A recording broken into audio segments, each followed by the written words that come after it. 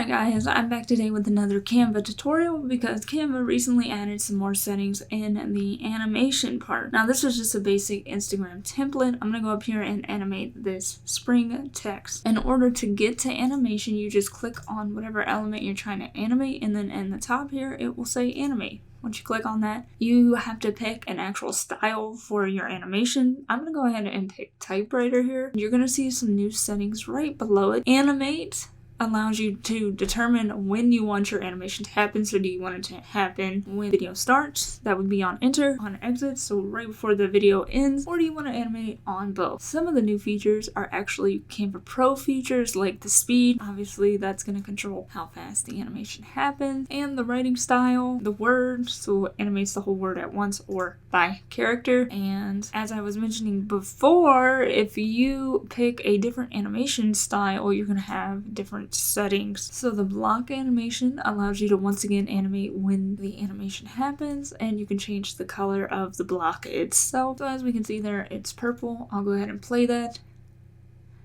And I do believe I have the animation set to on enter. You can kind of play around with this, and on some of these other ones you also get some directional animations. These are also Canva Pro features. If you do want to try Canva Pro, I'm going to go ahead and put my affiliate link in the description below. If there's any other Canva features you would like me to cover, feel free to leave me a comment below. And as always, if you made it this far, thanks so much for watching, and I will talk to you guys again soon. Bye!